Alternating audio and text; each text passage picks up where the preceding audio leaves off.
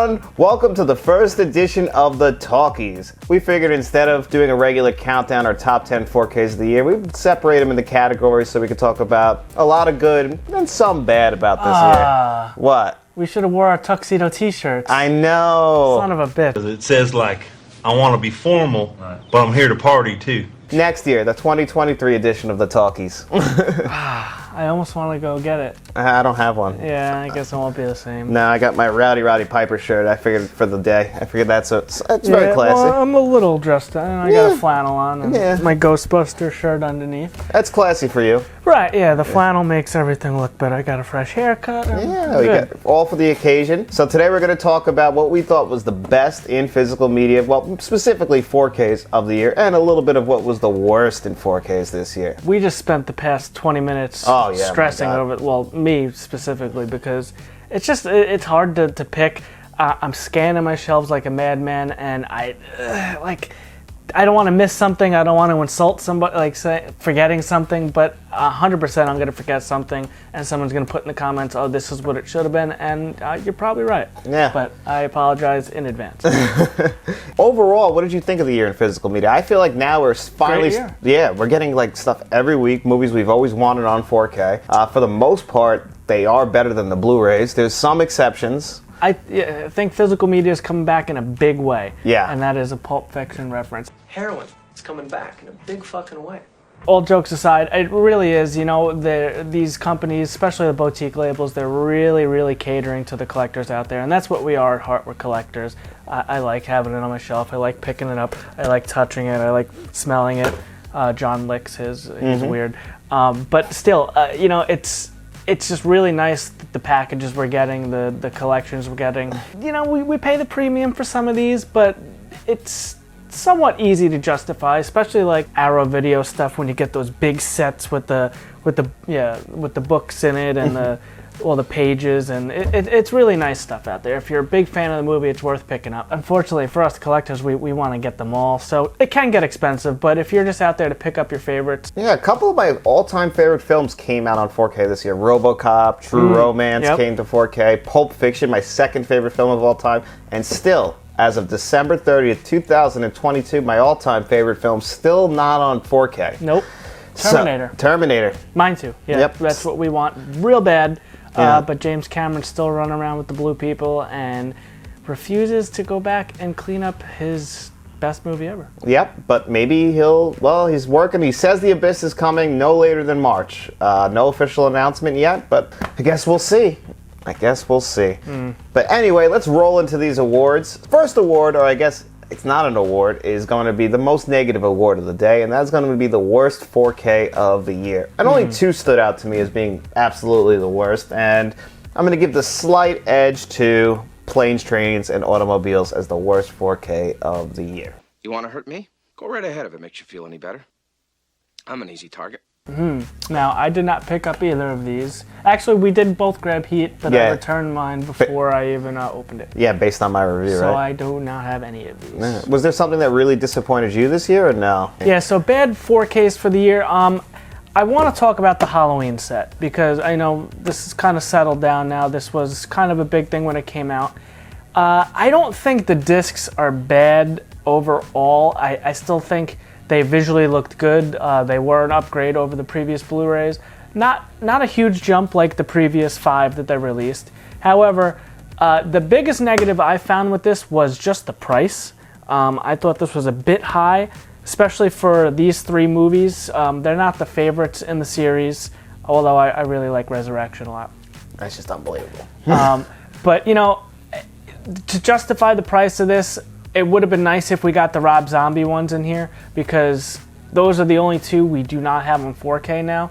And it's a bit of a shame, because it's a missed opportunity. I understand licensing and all that bullshit, but I think they should have added or figured out a way or waited to do these until they got the rights to do the Rob Zombie ones, and then charge the same price. This was I don't remember, but I think it was over like $104 if I remember. That's the number that sticks out in my head when it was first released. It was expensive. So it was over $30 a disc, as if I remember correctly. Yeah, it was something like that. And again, you know, it was the same thing as the previous 5 that came out. You get the hard case with the versatile slipcovers and all that stuff. They're nice. They're beautiful. But the interesting choice with the outer slipcover, so I can't kind of just keep it backwards on there so you can see that. And well, whatever studio, they apparently the reason why they had to be in this box set is all 3 of these films had to be kept together and they had to be in that. That's why you can't buy them individually. You're only allowed to buy them together, which is strange because with the exception of H2O and Resurrection, number 6, Halloween: The Curse of Michael Myers, is kind of a continuation of the last 5. Yeah, that's the Thorn trilogy. Or, 4, 5, 6. That's connected to that. I don't know. It gets very, very, very messy. Again, it's worth to have in the collection. It was just, I'm sure it's probably cheaper now. Maybe there's been some sales. But just at the initial release, I was upset of the fact of the price. And then the other 5 had Dolby Vision, Dolby Atmos, where these do not. Actually, do they have Dolby Vision? They do. They have Dolby Vision. They have no Dolby Atmos. Yep. That was kind of the bummer for me. Although the soundtracks were okay, you know, the other ones got Dolby Atmos. Why didn't these? But that was my disappointment of the year. Yeah, that's not the most egregious things. I think these 2 are actually like offensively bad because I will never watch them again. I still own them both, but the Blu-rays that were released previously are better than both, so that should never happen. The Blu-ray should never be better than the 4K. These are supposed to be upgrades. Even if it's the most minute upgrade, it should still be an upgrade, and both of these were not. I'm actually curious. I want to watch Heat for myself. Okay, I'll let you borrow it. I mean, it's right here. I want to check that out and actually see, because I've heard some people say that it's not that bad. Yeah, I've heard that too. It's the darkness of it. And I'm curious with my setup. You know, yeah, maybe. I don't know. I have a pretty high-end player, and I'm curious what it would look like. Yeah, give it a shot. Maybe we'll do a reheat. Like, you know, we'll review it. And we'll reheat the subject. Yeah, we'll reheat it for January on Matt's stuff, and we'll let you guys know. So that's the worst of the year. Now we'll move on. That bad? Yeah, I think it's horrible. But anyway, guys, now let's go on to best case design and disc design of the year. And for me, I think the best disc design is hands down. Now, I don't actually like this case, so the disc design really saves it. But look at these Reservoir Dogs. See, I like that. I like the whole slipcover. Do you? Although I did get the traditional slipcover, I didn't get the steelbook. I did like this. I like it more in person than I did on the pictures, because when looking at the pictures online, I chose the slipcover. But looking at it in person, it's actually pretty nice. Yeah, it is cool, like with the ear, I'll admit. But that, for me, for disc design, I think that's the best of the year. But as far as overall, like, case design, I think easily, Roadhouse. Slipping in right at the end. Boutique label style, okay. Yeah, this is the best one. That's really hard. I mean, see, my first go-to might be Clerks 3.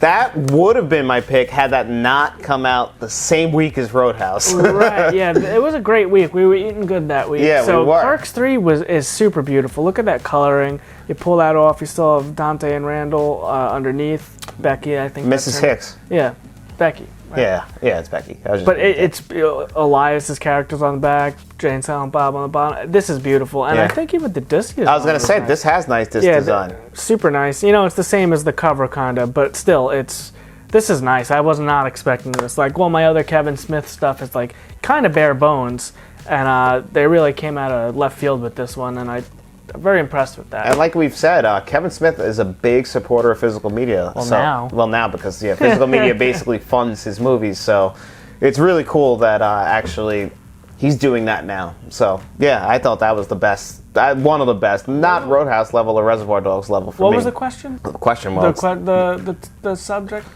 Best overall design and disc design. So disc design, I picked that, and then overall like case, like steelbook or anything like that. So they're in the same category. All one big category. Yeah, we couldn't really narrow it down. So like. Okay, so then Sonic 2 is probably my runner-up. Yeah. I don't know how I get that back on there, because look at that. It looks like the Sega Gen. I've talked about this one before. Yeah, you love this one. Yeah, this is super nice. I was a Sonic guy. I was a Sega kid. Look at that. The disc design, terrible, but the rest of it, beautiful. I really enjoyed that. And I started doing this with my steelbooks. I take whatever's on the back, and I'll trim it with the scissors a little bit, fold it, and fit it in there so I can have all that information that you most people just tear off the back and throw away. That's me.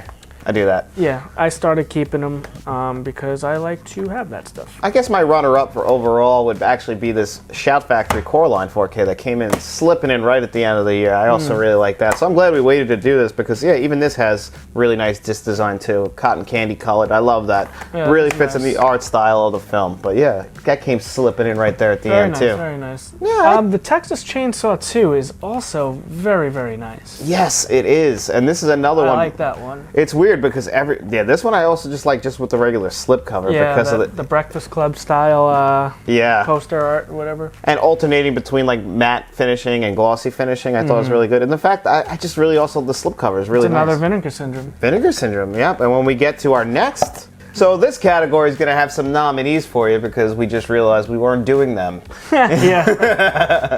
John didn't want to redo the first one, so Nah, no it was just- nominees. well, the worst of the year, I didn't think we needed nominees. I just figured we would pick like what our favorites are because we're going to have some like, you know, disagreements. But I think for the best boutique label of the year, it comes down to the top 4, and those would be either Arrow Video, Criterion, Vinegar Syndrome, or, last but not least, Shout/Scream Factory.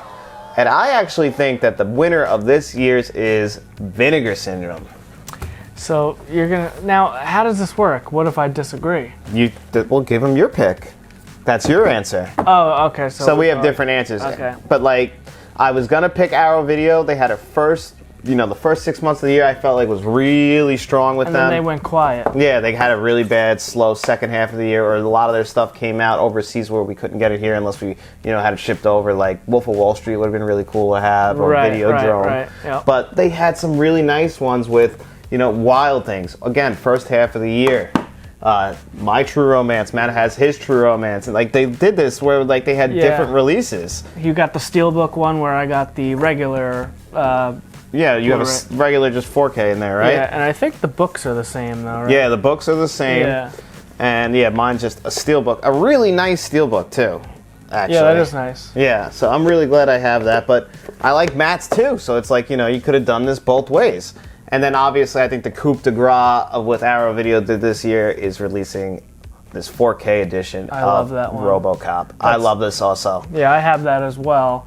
We overlap on a lot of this stuff. Yeah, so. that's where we had to have some sort of relationship growing up. Something had to connect us, and What are you missing out of there?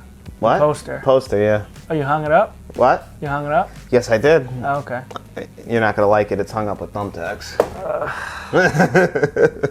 So Arrow Video was actually a close second for me, and then Criterion actually finished third. Despite Criterion releasing a lot of my favorite movies of the year, I just felt like there was a lot of stuff that I skipped over this year, and same thing with Shout Factory. But whereas Vinegar Syndrome, like they weren't even on my radar, and then all of a sudden we started getting Amityville Horror, Texas Chainsaw Massacre 2, and then Roadhouse really was the icing on the cake. And then even when we were playing this game High on Life, there's Vinegar Syndrome in there. I'd never heard of the movie Tammy vs. the T-Rex, like maybe in passing, but now that's a Vinegar Syndrome movie, and like okay, so Vinegar Syndrome. I like what they're doing, and I think they deserve the shout out. They're my pick for best boutique label of the year. Are they winners? So these are a trilogy of a home run, is what I like to call that. That doesn't make sense. Now I have all 3 of those as well, and they are beautiful pieces. So this, my favorite boutique of the year. Now, generally I default to Scream Factory, Shout Factory. They tend to be my favorites. I think I have the most from them. Although this might not have been the strongest year for them. Like I said, the Halloween collection, while not terrible, not the greatest, still very nice overall. The Child's Plays 1 through 3, we both enjoyed those. I thought those were pretty good discs from what I watched so far. You reviewed them. They were great. But Arrow Video is probably my second favorite, and it follows Shout Factory very closely. Again, I love that RoboCop release. True Romance was great. I didn't catch Wild Things. They also had Flatliners come out this year, Arrow, which was a nice slipcover on that. Yeah, I didn't pick that one up And 12 either. Monkeys this year. Yes, 12 Monkeys, yep. I was all early this year. Yep, I thought they that was this actually... year. Yeah. They had a decent year. I just picked up their American Werewolf in London, although that's from last year. That's a beautiful big box set like this. Their Donnie Darko's in that box, Donnie too. Darko, yep. That was, I think, my first Arrow Video set like that. I got the Hills Have Eyes one. Yep. Hills Have Eyes Part 2, I should say. So, Arrow Video was great, and then I think John kind of swayed me. I think he really made a good point for Vinegar Syndrome, where these 3 releases are fantastic, and they're all this year. And I think, with the exception of RoboCop, they kind of beat out everything else that Arrow and Shout did. So I think I might have to agree with you with Vinegar Syndrome. All right, I like that. So yeah, Vinegar Syndrome, that's your winner for best boutique label of the year. And also, one thing I do want to add, we'd never even owned a Vinegar Syndrome release until this year. Yeah, well, you started it off with Cloak and Dagger. Cloak and Dagger, yes. And I do believe is last year. I don't know if that was this year. Yeah. But again, Vinegar Syndrome, just at least in our eyes, it just came out of nowhere. I know they've been around for a while, but I think they really stepped it up and they're getting noticed this year.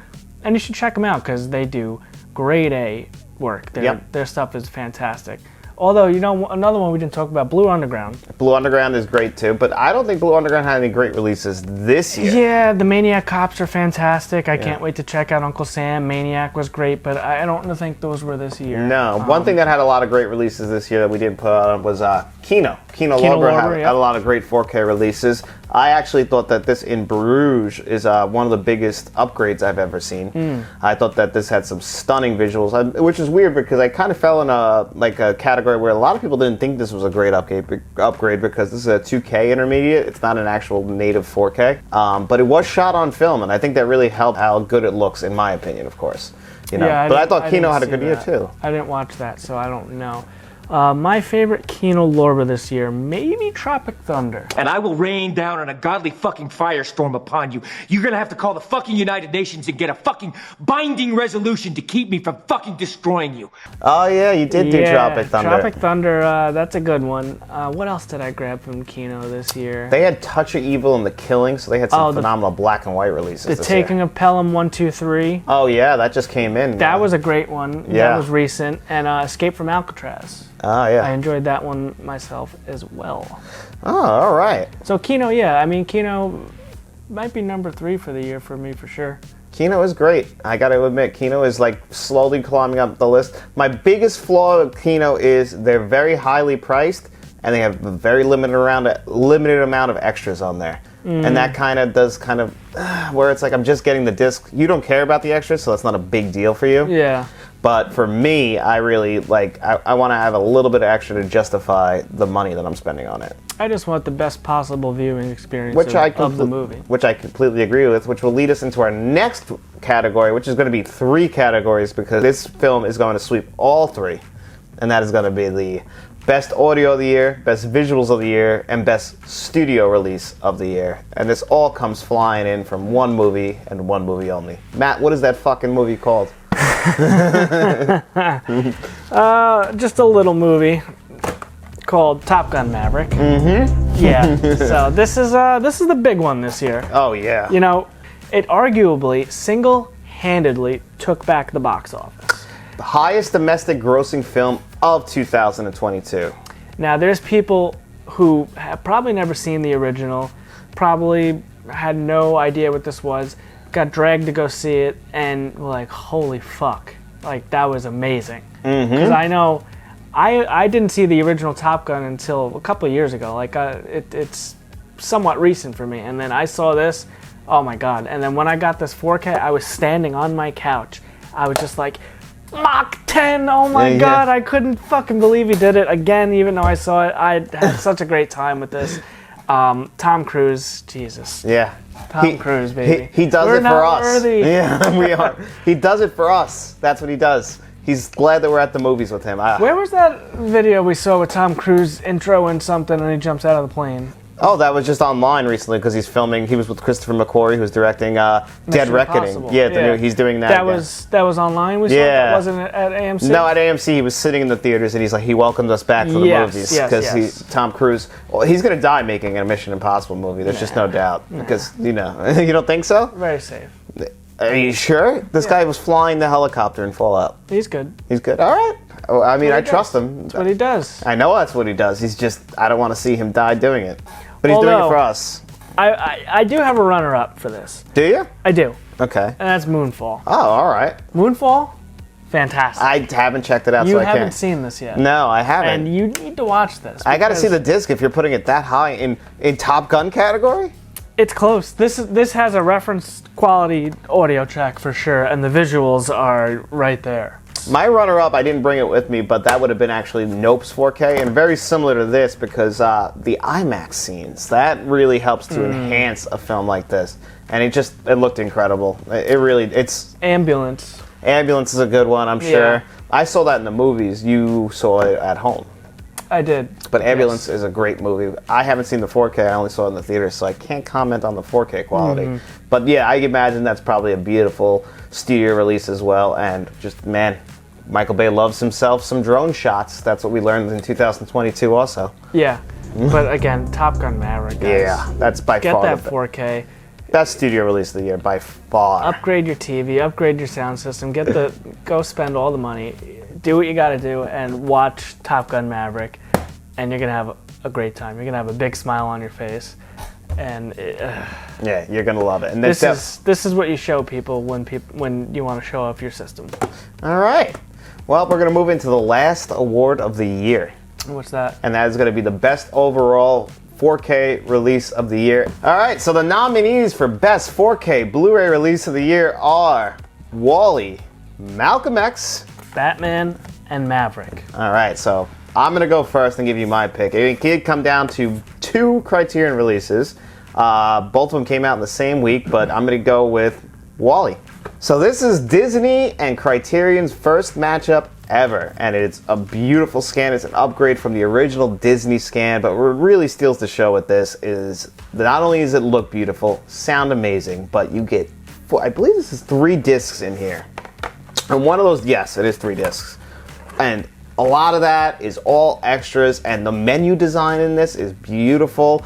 They just went all out for this. They knew this was going to be a showpiece for them because this is going to sell Criterion discs. This is what helps Criterion keep going, is a release like this, and it just checked every single box for me. I love Wall-E. For a long time, it was my favorite Pixar movie, so I couldn't wait to grab this, and they didn't fumble it at all. This is overall the best release of the year. This is a 10 out of 10. I think I only gave 2 of those out this year, and that was one of them was to this because, unbelievable. That's my choice for the year.